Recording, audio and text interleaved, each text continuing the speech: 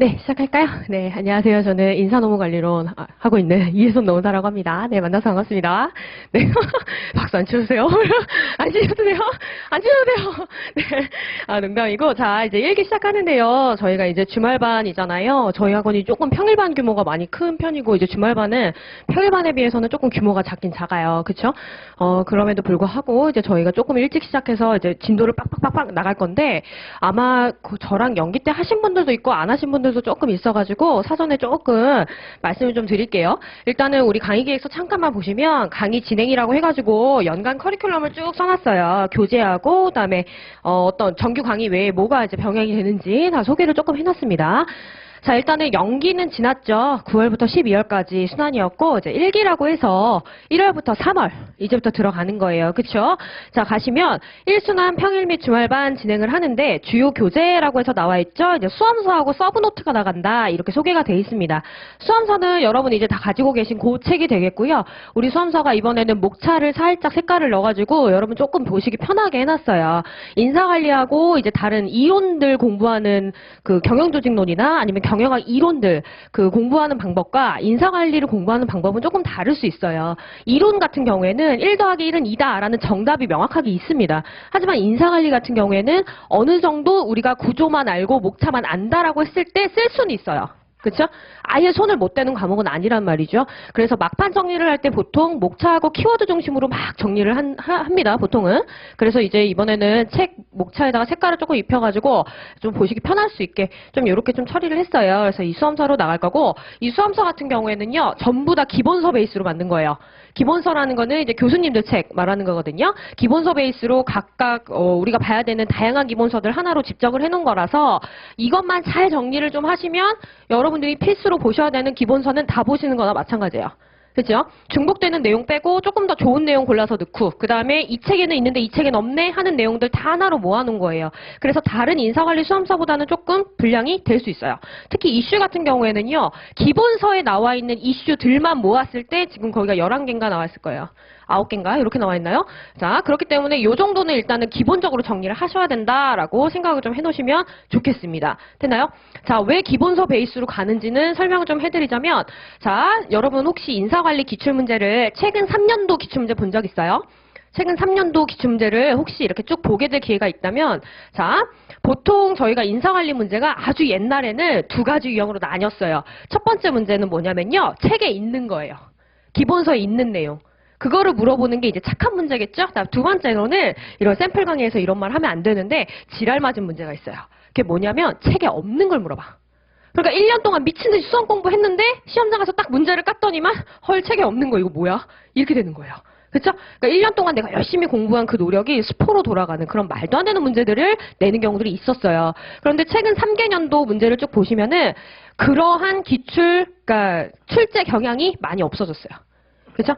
최대한 기본서에서 이제 많이 문제가 나오는 편이에요. 최근 3년도 문제를 보면요. 최근 3개년도 그 기출문제를 보면. 자, 왜 그런 문제가, 왜 이런 현상이 나타나는지는, 모르겠어요. 그 다양한 이유가 있겠지만, 한 가지 이유만 말씀드리면, 기업에서 워낙 HR이 발전했어요. 그쵸? 그렇기 때문에 이제 더 이상 교수님들 자문을 잘 안 구해요. 그쵸? 오히려 교수님들이 실제, 실무에 계신 분들한테 물어보는 경우도 많아요. 혹시 실제 기업에서 이렇게 하나요? 이런 식으로요. 그러니까는 실제 인사관리와 학계 인사관리가 점점점 괴리가 커지다 보니까 출제위원은 누가 들어가요? 실무진이 들어가요? 교수님이 들어가요? 교수님이 들어가죠. 그렇기 때문에 문제 자체도 조금 실무적인 문제보다는 조금 이런 기본적인 내용으로 조금 더 치우쳐 가는 것 같아요. 그렇죠? 그래서 최대한 기본적인 기본서 내용을 잘 정리해야 된다는 거는 당연한 이야기입니다. 그래서 웬만하면 수험서로 기본서 내용을 잘 정리하는 걸로 이렇게 할게요. 자, 그럼 두 번째로는 서브노트는 뭘 말하는 거냐면 오늘 제가 샘플을 드렸어요.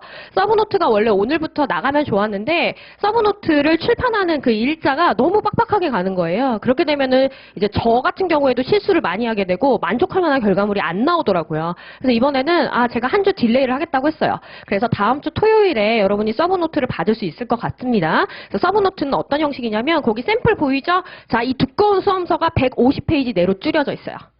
됐나요? 자, 그래서 여러분은 이제부터 이 두 가지를 계속 병행을 하시면서 보셔야 돼요. 공부 방법 잠깐만 말씀드릴게요. 원래 이런 거 이렇게 다 정해주고 이러는 걸 안 좋아하실 수는 있어요. 그런데 조금 이제 방향을 잡으시라고 조금만 말씀드릴게요. 자, 여러분 이제 수업 들으시기 전에 예습이라는 걸 하시고 싶으실 수 있어요. 맞나요? 자, 아닌가요? 예습은 하고 싶지 않나요? 자, 예습이라는 걸 하고 싶으실 수 있어요. 그쵸? 그런데 예습은요, 두 가지로 나눠서 생각하세요. 저도 이거 공부해봤잖아요. 저도 공부를 해보니까요, 내가 이 과목을 조금 알아요. 그러면 예습을 하세요. 근데 이 과목을 제가 전혀 처음 접하는 과목이에요. 그럼 예습하지 마세요. 하셨죠? 시간이 많이 소요되고요. 어디가 중요하고 어디가 안 중요한지, 아니면 여기선 이걸 보고 안 봐야 되는지, 아니면 이 흐름이 전체 흐름이 어떻게 잡히는지 자체를 전혀 모르기 때문에 한 페이지 읽는데 1시간 걸려요. 그렇죠? 그러니까 시간이 너무 많이 걸리기 때문에 내가 이 과목을 전혀 모른다라고 하신다면 예습하지 마세요. 안 하셔도 돼요. 아셨죠? 근데 내가 이 과목을 좀 안다. 영순환을 내가 연기를 돌려서 조금 접한 수준이다. 라고 하시면은 이때는 보시고 계시던 기본서를 보세요. 아셨죠? 근데 기본서 내용을 막 처음부터 끝까지 막 달달달달 외우시면서 보실 필요는 없고요. 아, 이 기본서에서 이 챕터의 흐름은 이렇게 가는 거구나 라는 기본적인 흐름 정리를 조금 하세요. 그쵸? 자, 그 다음에 어디로 오시냐면요. 본 수업으로 오시겠죠? 자, 수업을 들으실 때는 수업을 잘 들어주시면 돼요. 그쵸? 그런데 그냥 앉아서 수업을 잘 들어야지 라고 했을 때는 조금 한계가 있어요. 사람이 조금 이제 뭐랄까요. 집중력에 한계가 있기 때문에 제가 아무리 재밌게 얘기를 해도요. 신체적으로 졸리고 정신적으로 집중력이 떨어지면 안 들어와요. 그쵸? 그래서요, 저희는 뭐가 많냐면요, 필기가 됐다 많아요. 판서가 엄청 많아요. 됐죠? 저는 처음부터 끝까지 다 판서예요. 그러니까 웬만하면요, 자기 자신을 자꾸 몸을 움직이게 하세요. 아셨죠? 잠 안 자게. 얼마나 졸립니까? 2시부터 5시 반. 그죠? 제일 졸린 시간이기 때문에 웬만하면 그냥 빈 노트 같은 거에다가요, 그 수업 노트 하나 따로 만드셔가지고요, 판서하는 거 하나씩 쭉 적으면서 조금 하시는 게 좋아요. 왜냐하면 인사관리 책이요, 딱 읽으면 알아요. 근데 덮고서 답안지를 쓰려고 그러면 생각이 안 나요. 경영학 과목의 특성이에요, 그게. 그러다 보니까는 자꾸 자기가 물리적으로 써봐야 돼요. 그쵸? 그런데 이거를 복습을 할 때 내가 이거 책 다 써봐야지 다 못 써요. 시간이 너무 많이 걸리거든요. 그래서 웬만하면 수업 시간 3시간 반 안에 내가 이 처음부터 끝까지 해당 진도 범위 목차 써본다. 들으면서 쭉 써보시는 거 권합니다. 됐죠? 자, 이렇게 필기하시면서 조금 들어주시고요. 자, 그럼 이제 뭐 해야 돼요? 복습 반드시 하셔야 돼요. 이게 제일 중요한 일이에요. 예습을 안 하신다 하더라도 복습은 반드시 하셔야 돼요. 됐죠? 자, 복습을 하실 때는요, 제가 늘 말씀드리지만 3회독이 기본이에요. 근데 그냥 3회독을 소설책 읽듯이 쭉 읽는 거 권하지 않아요. 그쵸? 어떻게 읽는 걸 권하느냐? 일단 첫 번째 뭐 하시냐면, 자, 수험서를 1회독을 하는데요. 수험서를 처음부터 뭐 합니까? 끝까지, 즉 해당 진도 범위까지 꼼꼼히 읽어보세요.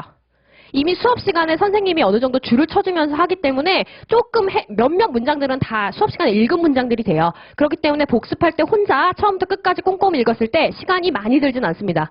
됐죠? 다음에 2회독을 하셔야 돼요. 두 번째 읽으실 때는요. 어떻게 읽었으면 좋겠냐면요. 처음부터 끝까지 꼼꼼히 못 읽어요. 그쵸? 그럼 이때는 어떻게 좀 했으면 좋겠냐면 큰 목차들을 보고요. 그 다음 두 번째로는 제가 수업 시간에 밑줄을 쳐드리는 문장이 있어요.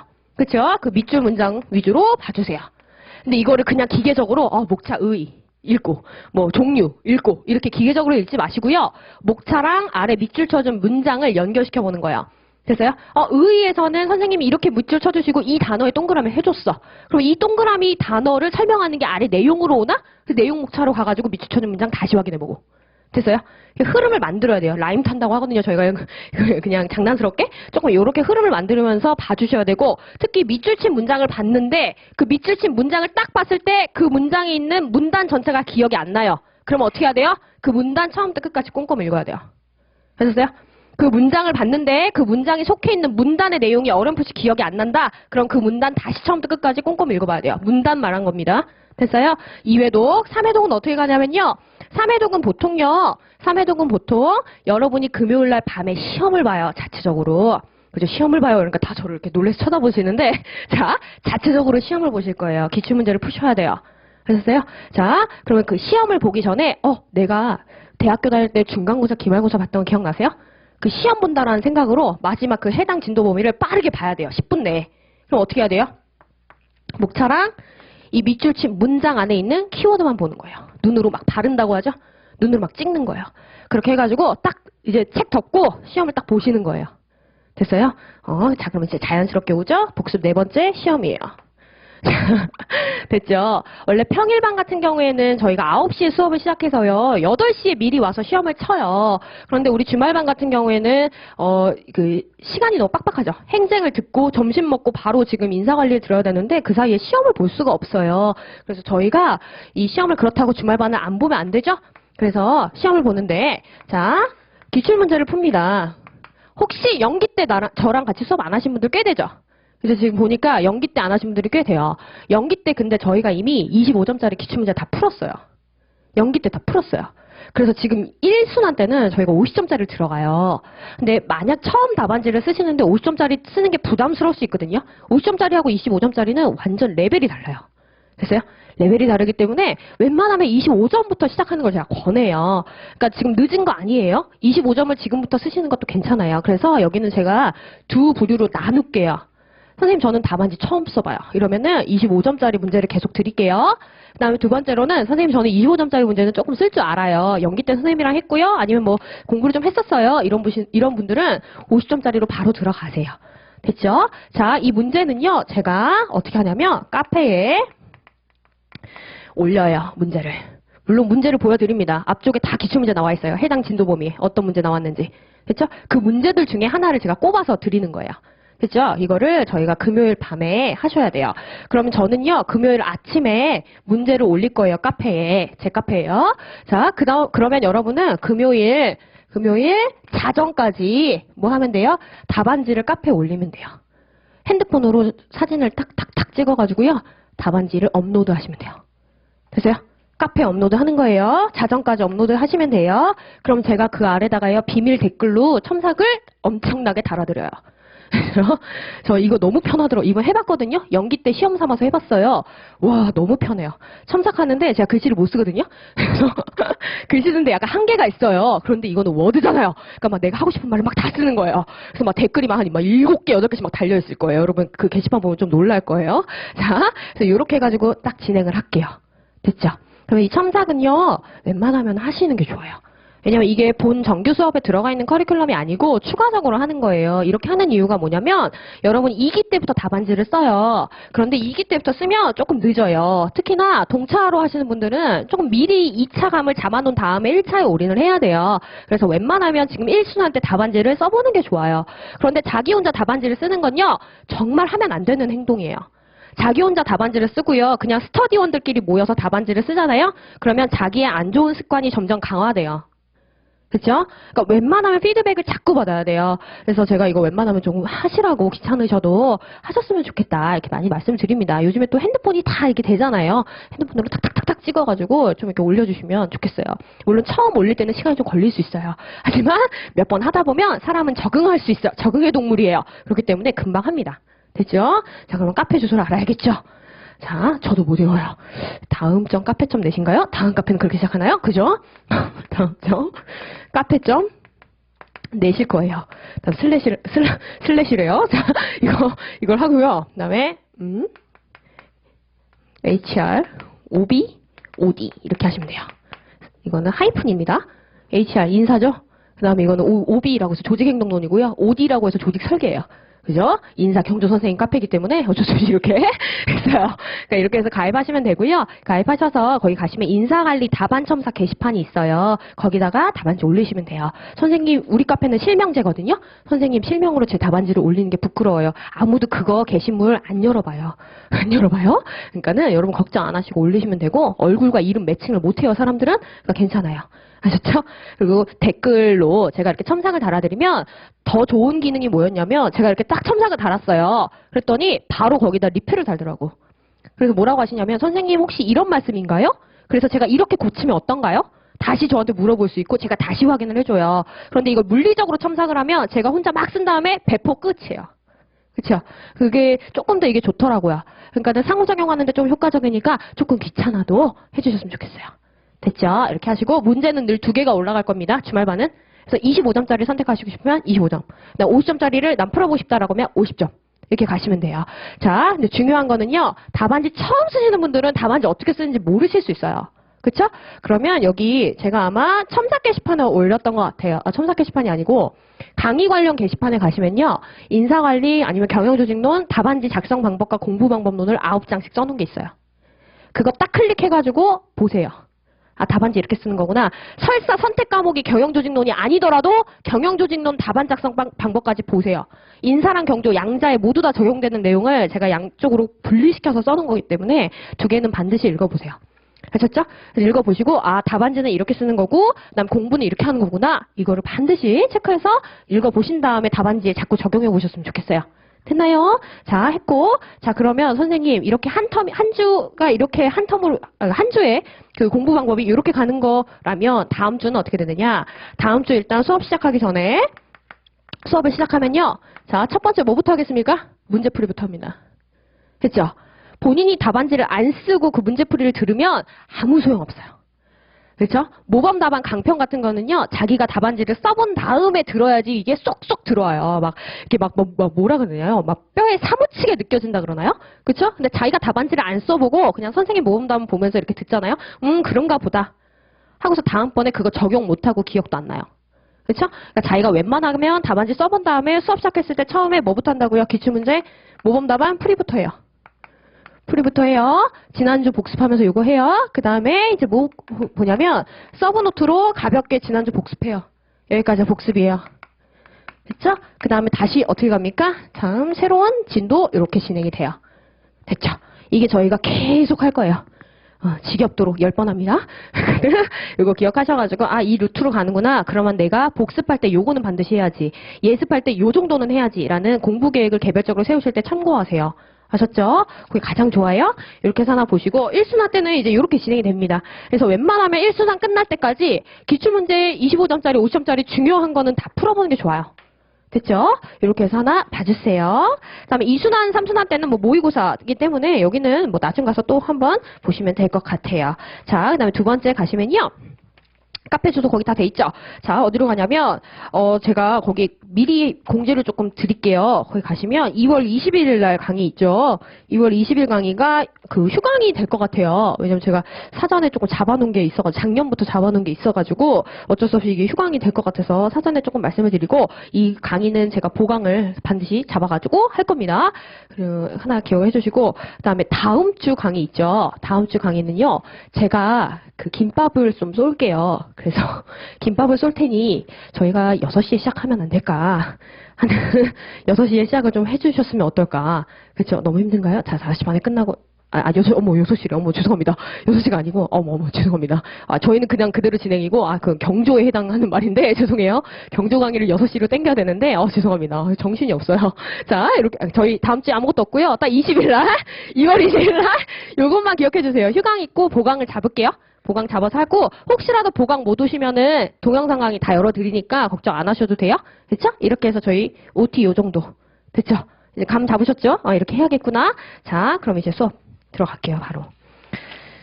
서브노트는 다음 주에 한 건 다 나갑니다. 아셨죠? 그래서 제가 아무리 늘려도 200페이지는 안 넘어요. 그래서 이렇게 단철이 돼가지고 보시면 알겠지만 목차하고 핵심 문장만 있어요. 그래서 여러분은 수험 생활을 한다라고 하잖아요. 수험 공부한다라고 하잖아요. 그래서 여러분 수험 공부 뭐예요? 이러면 공부 열심히 하는 거예요. 이래요. 아니라고 말씀드렸죠? 공부를 열심히 하는 거는 여러분 학위 밟는 거예요. 아셨죠? 석사 받고 싶고 박사 받고 싶으면 열심히 공부하는 거고요. 자, 수험 공부라는 거는요. 자, 정확하게 정의 내리셔야 돼요. 수험 공부 뭐예요? 수험 공부는 줄이기. 줄여서 뭐 하려고요? 시험 하루 전날에 다 보기. 이거예요. 됐죠? 그럼 줄여나가야 돼요. 그래서 저희가 뭐 하는 거예요? 그 문단을 대표하는 문장을 제가 줄쳐드리는 거고요. 그 문장을 대표하는 키워드를 찾아드리는 거예요. 아셨죠? 그러니까 목차랑 문장, 키워드 이런 거 보면서 쭉 전체 내용이 연결이 될 수 있어야 되고 목차랑 키워드 가지고서 여러분 답안 작성을 쭉 할 수 있으면 성공한 거예요. 수험 공부 성공. 됐죠? 그러니까 어떻게 해야 되는 거냐면 어떻게 가야 돼요? 수험서 가지고서요. 수험서 됐지. 일단 다양한 기본서들이 있어요. 엄청 많아요. 여러분 봐야 되는 기본서가. 기본적으로 2개고요. 무조건 기본적으로 최소한 봐야 되는 게 2개예요. 그게 하나가 뭐예요? 삼인공저, 박경규. 그렇죠? 그리고 이거 2개만 봐서 돼요? 안 돼요? 안 돼요. 더 많이 봐야 돼요. 이학전 교수니까 무슨 교수니까 최종채 교수니까 엄청나게 많이 봐야 되는데 시간이 안 되잖아요. 우리 이것만 공부하는 사람들은 아니잖아요. 그래서 이거를 뭘로 줄여놓는 거예요? 선생님들이 수험서로 줄여놓는 거예요. 그럼 여러분이 이 수험서 들고서 이제 뭐 하는 거예요? 마지막까지 줄이는 거예요. 서브노트. 이걸 뭐라고 하냐면요. 단거나 한다 그래요. 지금 우리가 오늘은 안 나갔지만 다음 주부터 미친 듯이 경영보고서까지 나와요. 그렇죠? 이슈를 계속 봐야 되기 때문에 경영보고서, 논문, 자료 엄청나게 나갑니다. 그 자료들요. 쭉 읽고서 필요한 내용이 있다라고 된다면 자기 수험서에 딱 흐름에 맞게 껴놓든가 아니면 서브노트의 흐름에 맞게 껴놔서 한 권을 무조건 만들어서 전날에 볼 수 있어야 돼요. 아셨죠? 이게 수험생활이에요. 뭐 별거 없어요. 열심히 공부하는 거 그런 거 학위 밟는 거예요. 아셨죠? 근데 여기서 학위 밟으면 어디서 학위 준다고 했어요? 낙성대에서 학위 줘요. 아셨죠? 낙성대 석사 밟는 짓이라고 제가 말씀드렸죠? 여기는 무조건 효율적으로 수업용으로 공부 빡 하고 나가세요, 얼른. 아셨죠? 자, 이렇게 나갈 거니까 기억하셔서 서브노트랑 수험서를 잘 활용하셔야 됩니다. 그래야지 뭐예요? 줄여져 있는 서브노트 가지고서 뭐 합니까? GS 2기 때 실전 시험에 적용하는 연습을 계속하는 거예요. 몇 번 할 것 같아요? GS 2기 때 8번, GS 3기 때 6번, 총 14번밖에 못해요. 시험 전날까지. 그러니까 이거 줄여져 있는 거 자기가 하나로 쭉 줄여놓은 거를 읽고서 이거를 진짜 시험장 가서 문제를 풀 때 어떻게 적용하는가 14번밖에 연습 못해요. 그러니까 웬만하면 1기 때 열심히 해놔야 됩니다. 아셨죠? 제가 연기 때는 열심히 하라고 잔소리 잘 안 해요. 근데 1기 때는 엄청 제가 잔소리를 많이 해요. 이게 딱 준비가 돼 있어야지 2, 3기 때부터 뭐만 합니까? 이거 들고서 이거 하나만 달다 외우면 되는 거예요. 됐죠? 2, 3기 때 이거 달다 외워야 되니까 하나로 잘 정리해놔야 돼요. 그래서 서브노트 미리 줍니다. 원래 서브노트를 안 주려고 했는데 제가 미리 드린 거예요. 여기다 하나로 정리해서 외울 거 하나 딱 만들어 놓으라고. 됐죠? 이렇게만 하면 수험생 어렵지 않게 할 수 있을 것 같아요. 됐죠? 자, 이제 들어가 봅시다. 인사관리.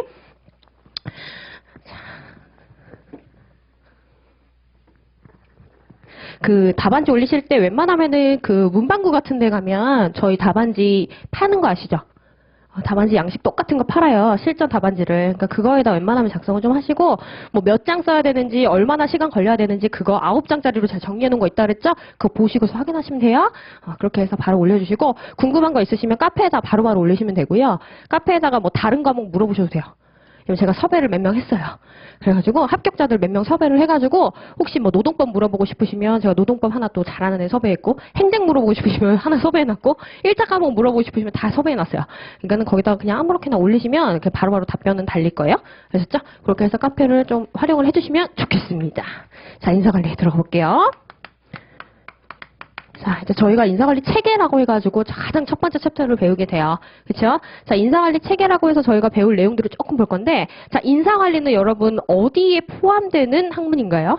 경영학이라는 일반 학문에 포함되는 한 섹션이라고 보시면 돼요. 그쵸? 그래서 저희가 가장 먼저 하는 이야기는 일단 경영학에 대한 이해부터 조금 합니다. 이 경영학이라는 큰 그림을 그린 다음에 이 그림 안에 있는 인사관리가 무엇인지를 보는 거예요. 그쵸? 자, 경영학이라는 것은 대체 무엇을 연구하는 것이냐? 한번 봐야겠죠? 자, 경영학. 제가 글씨를 잘 못 써요. 그래서 이해를 좀 해주세요. 글씨가 얼굴이라 그래요. 자, 경영학의 이해라고 해서 경영학에 대한 정의가 나와 있어요. 자, 경영학은 뭐를 대상으로 연구를 하는 학문입니까? 정의를 내려야겠죠? 경영학은 뭐를 대상으로 연구하는 학문이에요? 기업이라는 주체가 어떻게 원재료를 사와서 물건을 만들어서 팔아서 수익을 내는지 그 일련의 활동을 설명하는 게 뭐가 돼요? 경영학이 되는 거죠. 그렇죠? 그래서 저희는 이 경영학 자체를 기업이라는 주체의 경제 활동을 연구하는 학문이다. 이렇게 많이 이야기를 해요. 그러면 이 경제활동이라는 것은 어렵게 생각하지 마세요. 뭐 한다고요? 뭔가 원재료를 갖고 와서 가치가 있는 상품을 만들어서 그 상품을 시장에 내다 파는 활동 자체를 우리가 경제활동이라고 정의를 내리시면 돼요. 시장에 그 물건을 팔면 어떻게 돼요?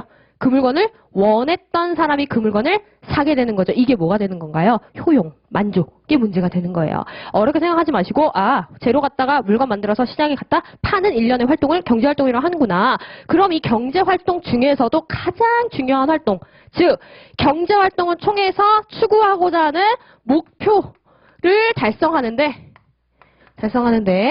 가장 중요한 행위, 아니면 결정적인 행위를 우리는 뭐라고 한다?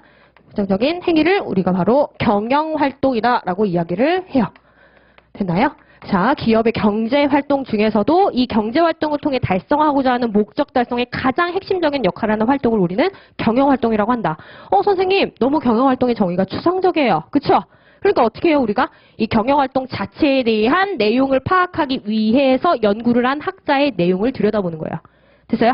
자, 이 경영활동에 대한 이해를 위해서 세 번째 뭘 봅니까? 페올이라는 학자가 연구를 한 일반 관리론이라는 걸 저희가 들여다보는 거예요.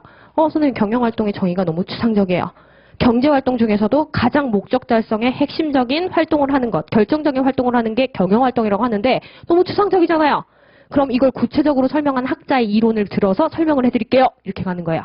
됐죠? 그래서 페올이라는 학자가 일반 관리론이라는 걸 주장을 해요. 자, 페올은 늘 말씀드리지만 얘는 뭐예요? 프랑스 금수저. 그렇죠? 집안 대대로 운영을 해오던 기업체가 있었고 이 기업체의 운영 경험을 토대로 해서 어떻게 매니지먼트를 해야 될 것인가에 대해서 이론을 정립한 거예요. 됐어요? 자, 그래서 얘가 무슨 짓을 하냐면 딱 두 가지 짓을 해요. 첫 번째, 경영활동이라는 것을 내가 구체적으로 6가지 범위로 설명해 볼게. 경영활동을 6가지 활동으로 구체화시켜요. 됐어요?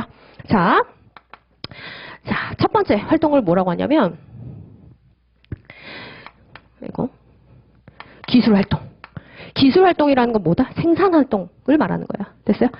기술활동이라는 거는 생산활동이라고 하는데 투입물을 산출물로 변환시키는 데 있어서 사용되는 모든 수단을 말한다 보시면 돼요. 됐어요? 다음에 두 번째 상업활동이라고 돼 있어요. 상업활동은 뭘까요? 판매하는 활동. 됐어요? 다음 세 번째 재무활동. 네 번째는 또 뭐가 있을까요? 회계활동. 됐어요? 다음에 아이고 죄송해요. 회계가 아니라 보관활동. 보존활동. 왜 이래 오늘. 보존활동 하시면 되겠고 보존활동 같은 경우에는 인적 물적 자원 자체를 유지하는 활동 자체를 말하는 거거든요. 다음에 다섯 번째는 뭐가 있냐면 회계활동. 다음에 마지막 기상제보 회관 관리활동이라고 해서 6가지 활동을 저희가 경영활동의 내용이다라고 페올이 이야기를 했어요. 자, 외워야겠죠?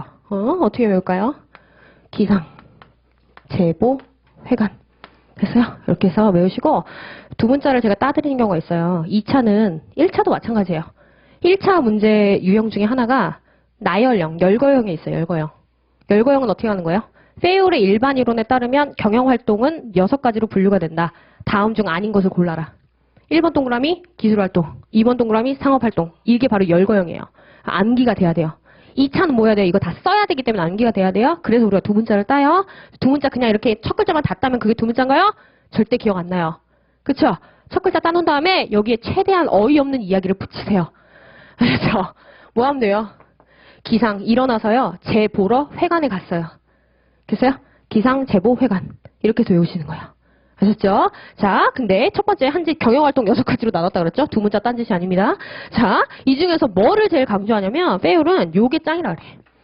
자, 6가지 활동 중에 이것만 잘하면 된다라고 말한 게 아니라 이 나머지 경영활동, 즉 이 6가지 활동들이 다 관리활동 차원에서 관리적 차원에서 잘 수행되면 그게 효과적인 경영이다 이렇게 얘기한 거예요. 됐어요? 자, 그러면서 두 번째 한짓 관리활동을 강조. 관리활동을 강조.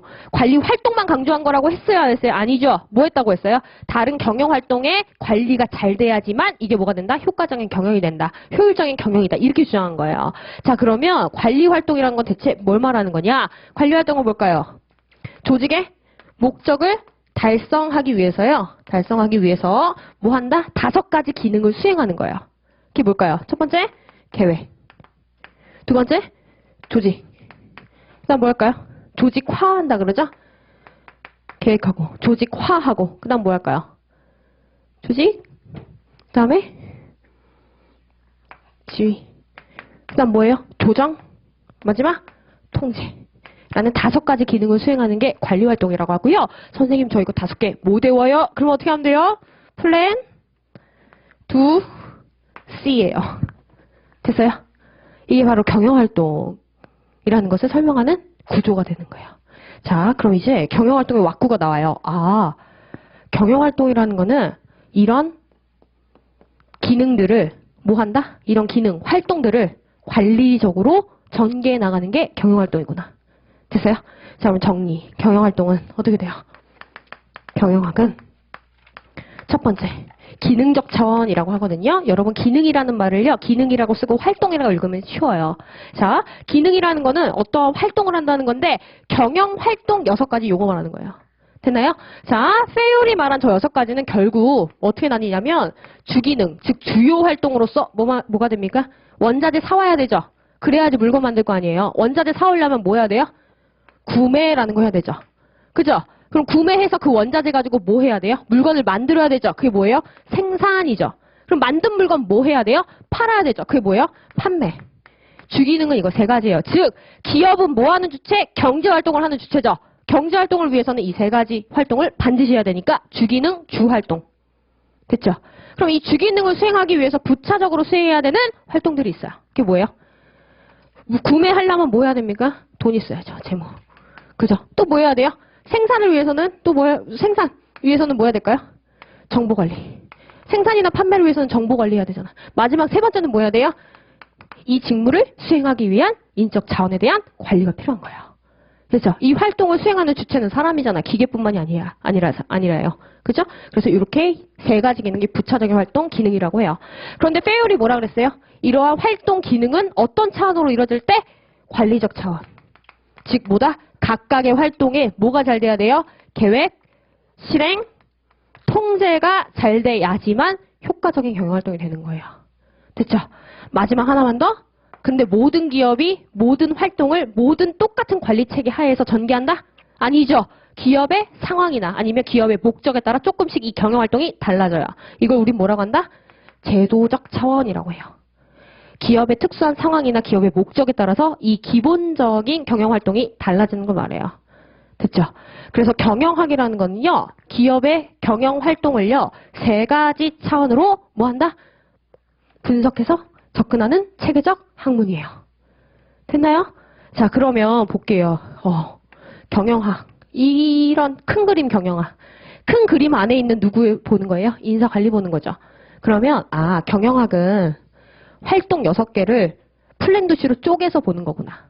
활동 6개를 플랜도시로 쪼개서 보되 얘가 또 기업마다 어떻게 다르게 적용되는지를 보는 거구나.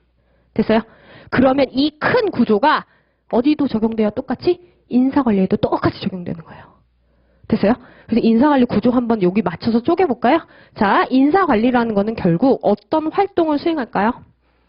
5번째, 인사관리. 구조.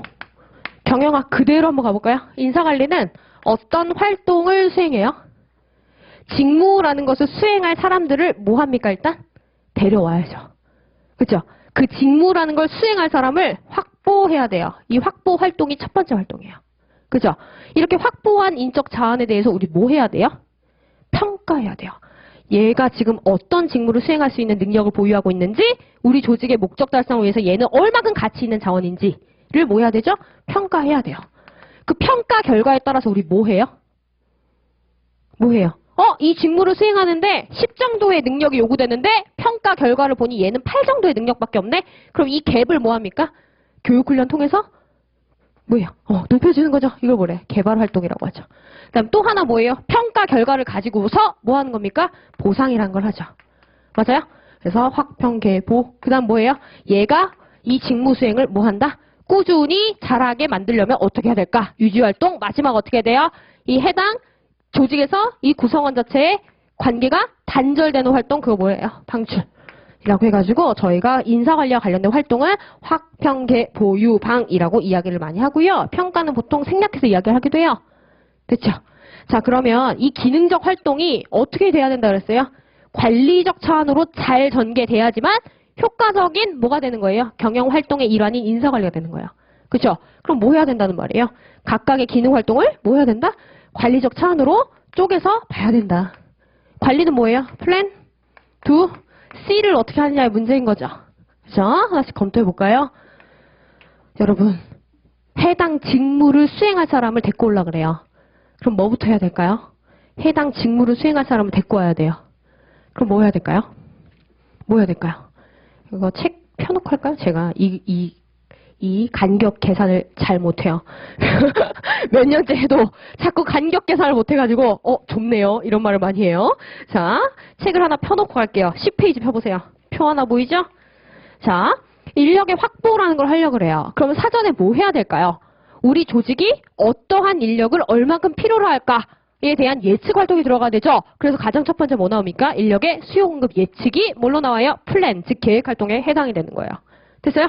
그래서 이러한 인력이 몇 명이 필요하다라는 예측이 끝나잖아요. 그럼 이제 뭐 해야 되는 거예요?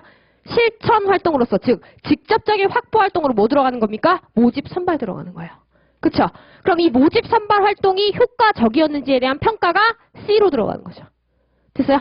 다음 두 번째, 그럼 이제 개발해야 되죠. 자, 인적 자원의 능력을, 지식, 기술 능력을 개발하고자 해요. 그럼 사전에 뭐부터 해야 돼요? 보유하고 있는 능력, 지식, 기술이 얼만큼인지 평가해야 돼요. 그러니까 가장 계획 활동에 나와 있는 첫 번째 활동이 뭐가 됩니까? 평가 들어가는 거예요. 됐죠? 다음 두 번째 뭐 나옵니까? 교육 훈련이라는 것이 필요한지 필요성 분석을 한 뒤에 또 뭐 합니까? 우리 조직 구성원이 우리 조직 안에서 어떠한 경력 개발을 하고자 원하는가? 경력 욕구 파악. 됐죠? 그럼 이제 뭐 하는 거예요? 교육훈련의 필요성이 파악이 됐다? 그러면 교육훈련 들어가는 거고, 경력 욕구. 개인 차원에서 이런 경력 욕구가 있네. 이런 쪽으로 경력을 쌓고 싶어 하네. 그런데 조직 차원에서 봤을 때 이 욕구를 들어줄 필요가 있네? 그럼 그때 뭐 들어가는 겁니까? 경력 개발이 들어가는 거예요. 됐어요? 자, 그 다음 뭐 들어갑니까? 마지막 이제 효과성 분석은 거의 다 내용이 유사하니까 넘어가고, 보상 한번 볼까요? 보상은 어떻게 돼요? 보상에 대한 욕구 구조 분석이다 라고 돼 있잖아요. 그럼 보상은 뭘 것 같아요? 내가 제공한 노동에 대한 대가예요. 그렇죠? 그런데 모두가 똑같이 돈을 원하진 않을 수 있죠. 그죠? 나는 열심히 일한 이유가 승진을 위해서야. 일 수도 있잖아요. 그렇죠? 그렇기 때문에 사전에 보상을 주기 전에 이 종업원이 가장 원하는 보상이 무엇인가를 욕구 파악을 통해서 뭐 하는 거예요? 사전에 파악하는 거예요. 그래서 만약에 이 구성원은 이런 쪽에 욕구가 있네? 그러니까 노동에 대한 대가로 그거를 들어줘야지. 이렇게 가는 거죠. 그래서 보상의 실천 활동 한번 보실까요? 어느 정도 수준으로 주는 게 좋을까? 어떤 체계, 즉 어떤 기본급 체계로 주는 게 좋을까? 아니면 실제로 성과 수준이나 아니면 뭐 투입한 노력 정도를 어떻게 계산해서 주는 게 좋을까? 그게 바로 형태예요. 되나요? 다음에 옆에 가시면 유지라고 나와 있죠. 유지는 뭐라고 딱 정리를 하시면 좋냐면, 자, 유지는 능력이나 성과 창출 의지라고 하거든요. 이 성과 창출 의지를 모티베이션으로 한번 바꿔볼까요? 능력이나 모티베이션을 유지 관리하는 활동을 말해요. 그러니까 사전에 지금 뭐가 들어가는 거예요? 욕구 구조 분석. 동기부여 시키려면 얘가 원하는 걸 들어줘야 되잖아요. 그러니까 어디에 대한 욕구가 있는지를 분석하는 거고, 두 번째 노사관계 시스템을 분석한다라고 돼 있죠. 자, 개인적 차원에서는 개인이 뭐 하는 거예요? 개인의 능력이나 모티베이션을 뭐 한다? 유지해주는 거지만 집단 수준에서는 뭐 하는 겁니까? 노사관계 자체를 협력적으로 유지하는 게 유지활동이라는 거죠. 유지활동은 두 가지로 나눠서 봐야 돼요. 개인 수준, 집단 수준. 됐죠? 그래서 개인 수준에서는 개인의 능력과 모티베이션 유지. 집단 수준에서는 뭐다? 협력적 노사관계 유지예요. 됐죠? 자, 그러니까 당연히 사전에 노사관계 시스템을 분석한다. 즉, 노사관계의 관리 대상인 노조가 대체 어떤 아이냐 파악하는 거예요. 사전에. 그 다음에 뭐 하는 거예요? 실천활동으로 가면 모티베이션 전략. 어떻게 개인을 동기부여시킬 것이냐. 산업안전관리는 어떤 욕구와 연관이 있을까요? 안전욕구. 그쵸? 그러니까 이 두 가지는 개인 차원에서 수행하는 뭐가 됩니까? 유지활동. 그 아래 보니까 단체 교섭 있네요. 단체 교섭은 뭐예요? 협력적 노사관계를 위해서 뭐하죠?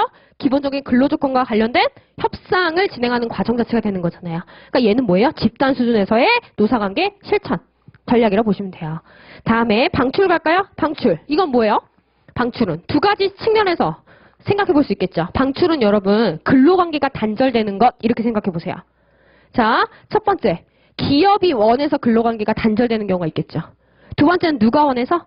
종업원이 원해서 근로관계가 단절되는 경우 있어요. 그래서 거기 가시면 인력의 수요 공급을 예측한다 이렇게 나와 있죠.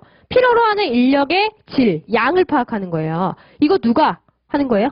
기업이 하는 거죠. 해가지고 유효 인력이 있네? 그럼 그때는 뭐 하는 겁니까? 비자발적 이직, 즉 기업의 의사로 근로관계를 단절시키는 방출 활동을 하는 거예요. 그죠? 두 번째, 그럼 이직의 원인을 분석한다. 이건 뭡니까? 왜 자꾸 일 잘하는 애들이 다른 기업으로 옮길까? 즉, 그들이 자발적으로 근로관계를 단절시키는 이유가 뭔지, 즉 자발적 이직의 원인을 파악하는 거예요. 그래서 방출활동은 개념적인 어떻게 놓으면 좋아요? 근로관계 단절. 근데 근로관계 단절이 누구 의사에 따라서 이루어지느냐에 따라서 어떻게 되죠? 계획활동부터 실천 전략이 다 달라져요. 됐죠? 이게 전반적으로 인사관리를 보는 기본 구조예요. 정리, 인사관리는 뭐라고요? 경영학의 일환. 경영학은 어떻게 보는 거예요? 각각의 활동을 관리적 차원으로 접근해야지만 효과적으로 우리가 경영학을 공부할 수 있어요. 그렇죠?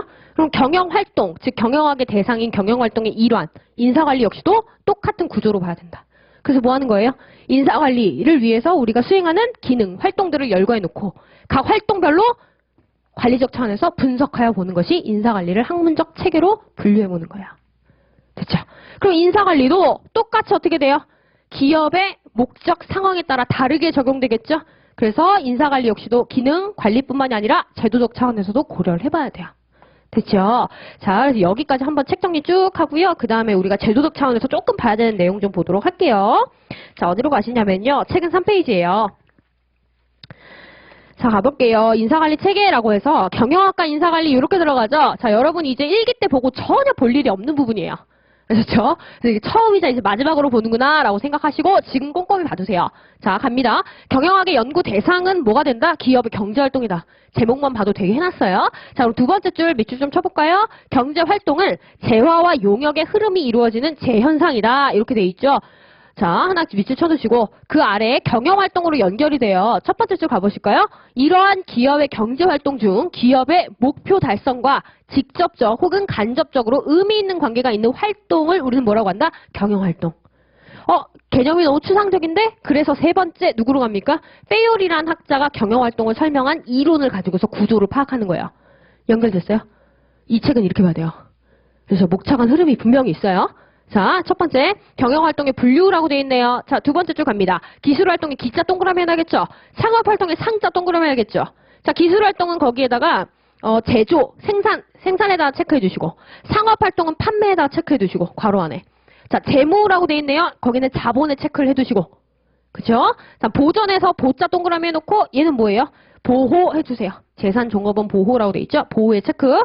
회계활동에 회자 동그라미 하면 되죠. 그 다음 뭐예요? 대차, 대조표. 다음에 관리활동이라고 되어 있죠? 관자에 동그라미 해놓으시고요. 얘는 아래에서 볼 거니까 밑줄 안 칠게요. 자, 이 중에서 뭐가 중요하다고 했대요? 괄호 2번 관리활동을 강조했다. 연결돼요?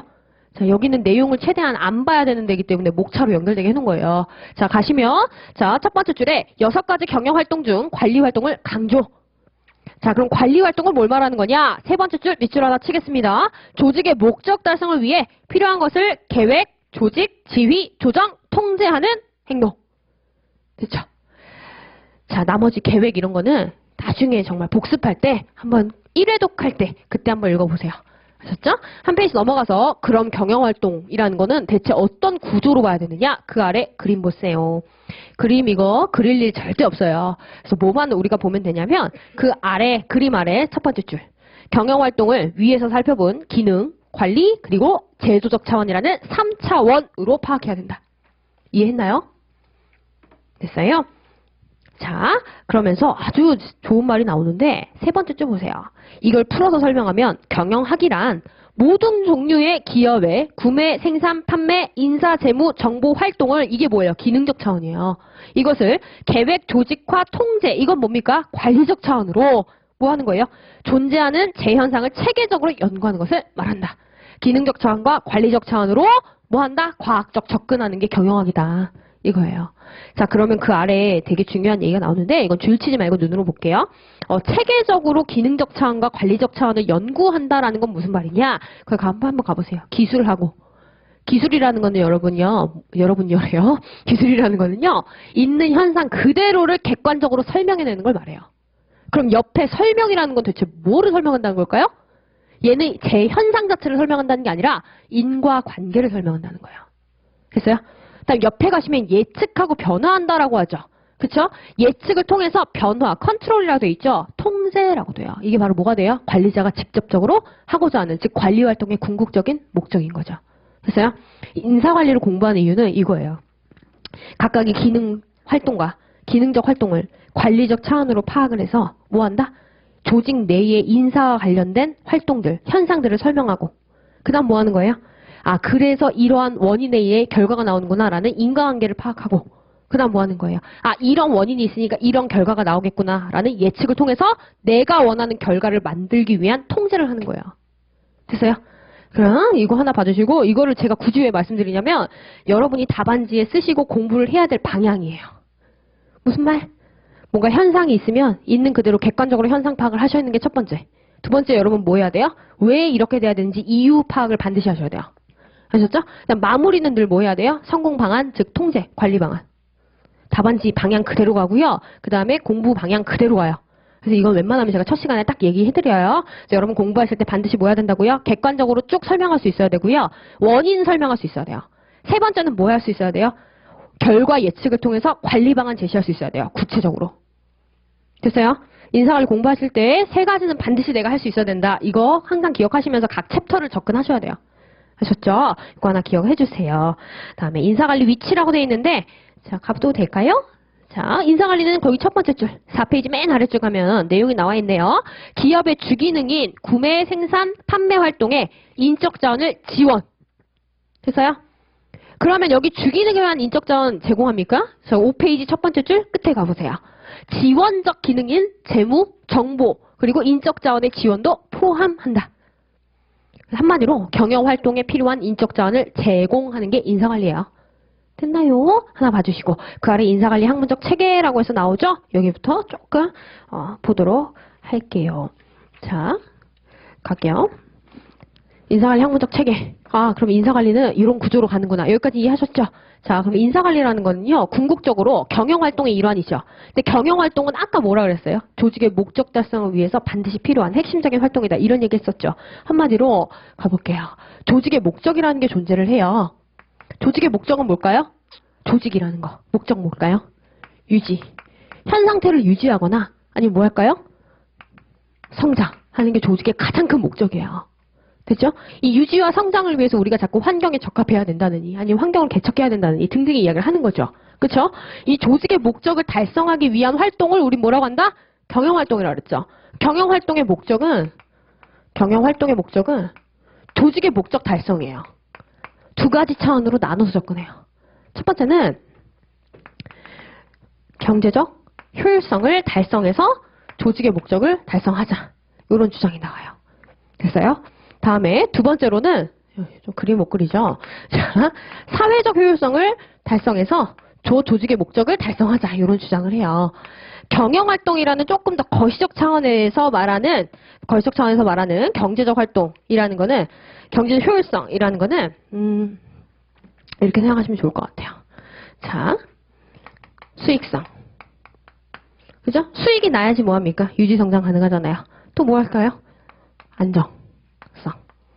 그죠? 하나만 더 하면 환경에 대한 적응성. 요거까지는 좀 기억해 주세요. 다음에 두 번째, 사회적 효율성을 달성해야 된다 그러죠. 자, 여러분 잘 보셔야 돼요. 기업의 주목적은 요거예요. 뭐를 하는 거? 그러니까 우리끼리 그냥 쉬운 말로 그냥 모든 걸 톡 까놓고 한번 얘기해 볼게요. 기업의 주 목적은 뭐예요? 존재 이유 뭐예요? 머니예요. 머니. 그죠? 그러니까 당연히 얘는 주요한 뭐가 돼요? 목적이 돼요. 1차적인 목적이에요. 그런데 요거를 많이 만들려면은 그 안에서 일을 하는 뭐가? 인적 자원이 뭐 해야 돼요? 인적 자원이 만족해야 돼요. 인적 자원이 열심히 일을 해줘야지만 요게 창출이 되잖아요. 그쵸? 두 번째, 우리가 물건을 파는 대상인 소비자가 우리를 좋아해야 돼요. 그래야지 뭐 해야 돼요? 이걸 많이 만들 수 있게 도와주잖아요. 한마디로 자, 조직이라는 애는요, 한 사회에서 얘가 살아나가는 데 있어가지고 얘 혼자 돈을 많이 번다고 해서 얘가 뭐 한다? 유지성장할 수 있다는 것을 담보할 수 없어요. 왜요? 얘는 뭐니까? 얘도 한 사회의 구성원이에요. 그러니까 뭐 해야 돼요? 다른 구성원들한테 너의 존재 이유를 뭐 해야 되죠? 확인받아야 돼요. 인정받아야 된다고요. 그래서 얘 사회적 효율성을 달성한다는 건 무슨 말이냐? 조직을 둘러싸고 있는 각종 이해관계자들의 뭐? 만족이라는 것을 시켜줘야지만 뭐 한다? 얘가 안정적으로 장기적으로 유지성장할 수 있다는 거예요. 됐죠? 옛날에는 요것만 봤어요. 어떻게 하면 최대한 효율적으로 돈을 많이 만들까? 그런데 돈만 밝히는 기업은 결국 어떤 문제 야기시킬 수 있어요? 윤리적인 문제 야기시키죠. 윤리적인 문제 야기시키면 뭐 들어가요, 여러분? 진짜 심플하게 뭐 생각나요? 불매운동. 그죠? 그럼 장기적으로 생존이 가능하냔 말이죠. 그래서 이제는요, 조직의 목적을 경제적 효율성 달성뿐만이 아니라 조직을 둘러싸고 있는 이해관계자들의 만족을 위한, 즉 사회적 효율성 달성까지 보고 있어요. 됐죠? 그러면 경영활동의 목적은 이 두 가지고 이 두 가지의 목적 달성을 통해서 조직의 목적 달성을 하려는 거구나. 경영활동의 일환인 인사관리의 목적은 그럼 당연히 어떻게 되겠어요? 그대로 오는 거예요.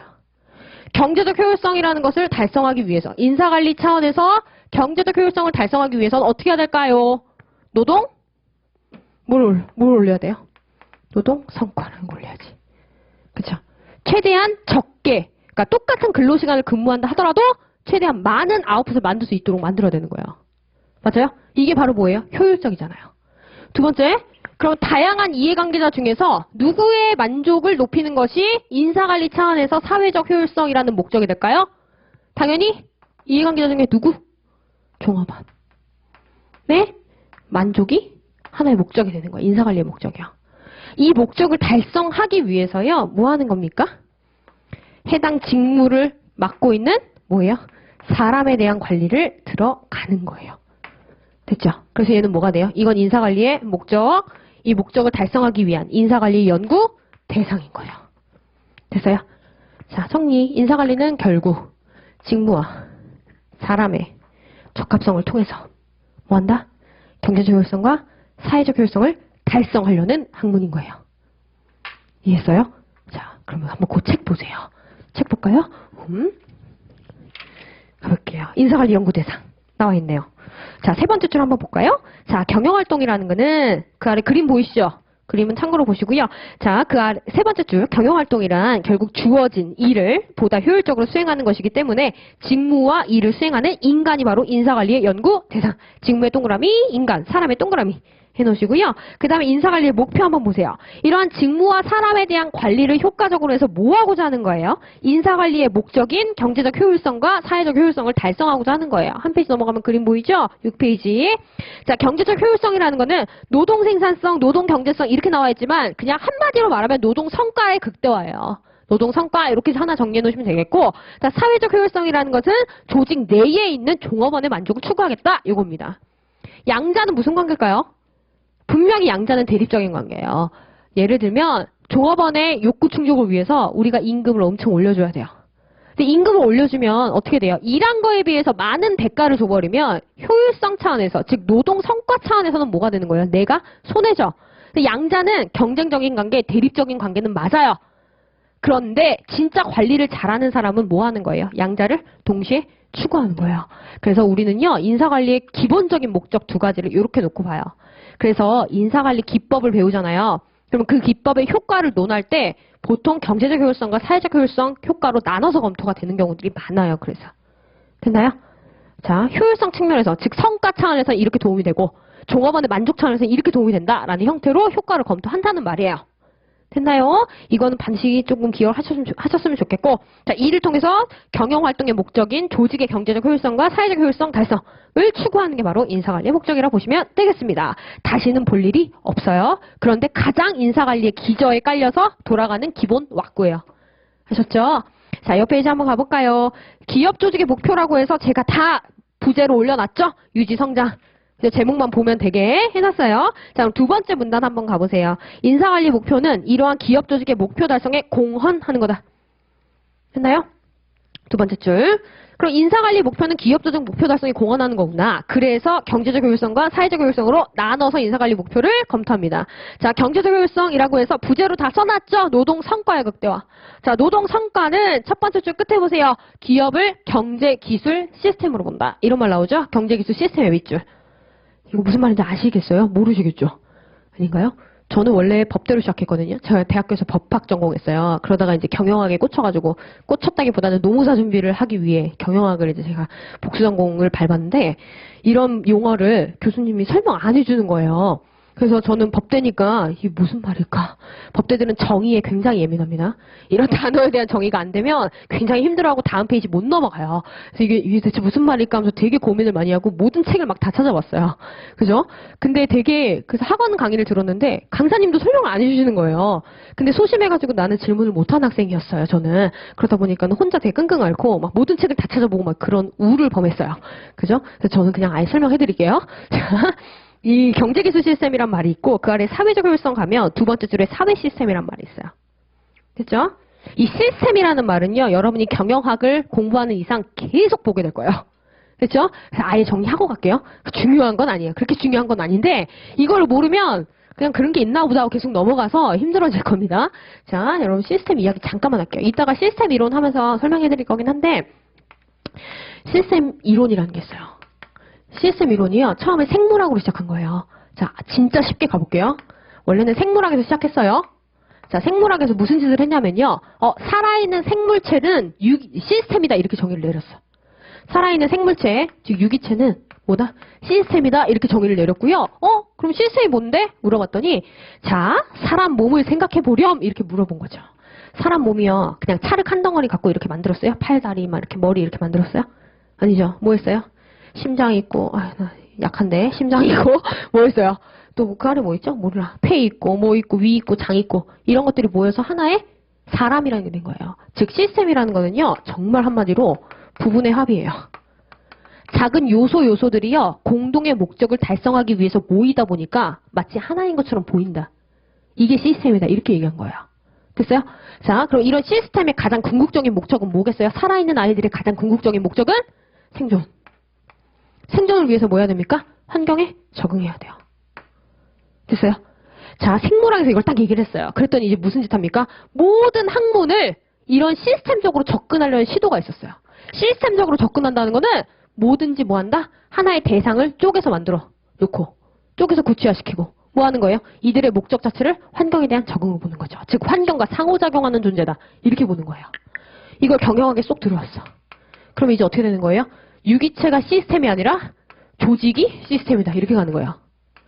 그러니까 조직은 하나의 단일체가 아니라 여러 부분들이 마치 하나인 것처럼 모여있는 게 조직이고 이 조직은 환경과 상호작용한다. 이렇게 보는 거예요. 자, 근데 거기 무슨 말 나왔어요? 사회 기술 시스템이라고 나와 있죠. 조직을 사회 기술 시스템으로 본다. 사회 기술 시스템으로 본다라고 하는 거는요. 부분들이 모였어. 그래서 마치 하나인 것처럼 보이죠? 선으로 볼게요. 얘네는요. 어떠한 공동 목표를 달성하기 위해서 모였을까요? 효율성. 이게 바로 기술 시스템이에요. 됐어요? 기술 시스템은 뭐라고요? 공동의 목적, 즉 효율성 극대화라는 목적을 달성하기 위해서 부분들이 합쳐져 있는 거다. 이렇게 보는 거예요. 그리고 두 번째, 사회 시스템이라는 용어가 또 있었죠. 얘는 뭐예요? 부분들이 모였는데 얘는 어떠한 목적을 달성하기 위해서 부분들이 모였어요? 만족. 됐어요? 관계, 협동. 이것을 위해서 부분들이 모였다. 이렇게 보는 관점인 거예요. 그러니까 다시 한번 문장 볼까요? 됐나요? 이거 다시는 설명할 일이 없을 거예요. 너무 당연하게 안다라는 전제에 쓰는 용어라서. 그러면 거기 보세요. 경제적 효율성을 달성해야 된다. 즉 조직의 주요 목표는 경제적 효율성 달성이다. 라는 주장은요. 첫 번째 줄 조직을 뭘로 본다고요? 경제, 기술, 시스템으로 본다. 부분들이 왜 모여있다고요? 효율성 극대화를 위해서 모여있다. 이렇게 본다는 거예요. 그러니까 당연히 조직은 무슨 목적을 달성해야 된다? 효율성 극대화, 노동 성과 극대화. 됐어요? 이해됐죠? 다음에 그러니까 세 번째 줄에 직무 밑줄을 쳐보세요. 경영활동에 필요한 제 직무의 세 번째 줄 맨 끝에 인력을 제공함으로써 노동 성과 극대화를 추구. 이해됐죠? 그 아래 사회적 효율성은요. 자, 두 번째 줄에 제가 줄 쳤죠? 사회 시스템으로 조직을 본대요. 그러니까 뭐 하는 거예요? 부분들, 인적 자원들은 왜 모여 있는 거예요? 자신들의 만족, 인간 관계 형성을 위해서 모여있다 이거죠. 그죠? 얘네들이 추구하는 공동의 목적은 그거라는 거예요. 그래서 맨 아랫줄 종합원의 욕구 충족을 통한 만족 극대화가 뭐가 된다? 인사관리 목표가 된다. 이해됐죠? 그래서 다음에 그 아래 양자관계, 대립적 관계지만 동시에 추구해야 된다라고 말씀드렸죠? 자, 밑에서 세 번째 줄 끝에 줄 쳐놓으세요. 인사관리 목표 추구의 이상적인 유형은 경제적 효율성과 사회적 효율성을 동시에 극대화시키는 것. 그래서 우리가 인사관리에서 배우는 제 기법들의 목적은요. 이 양자의 동시 추구예요. 하셨죠?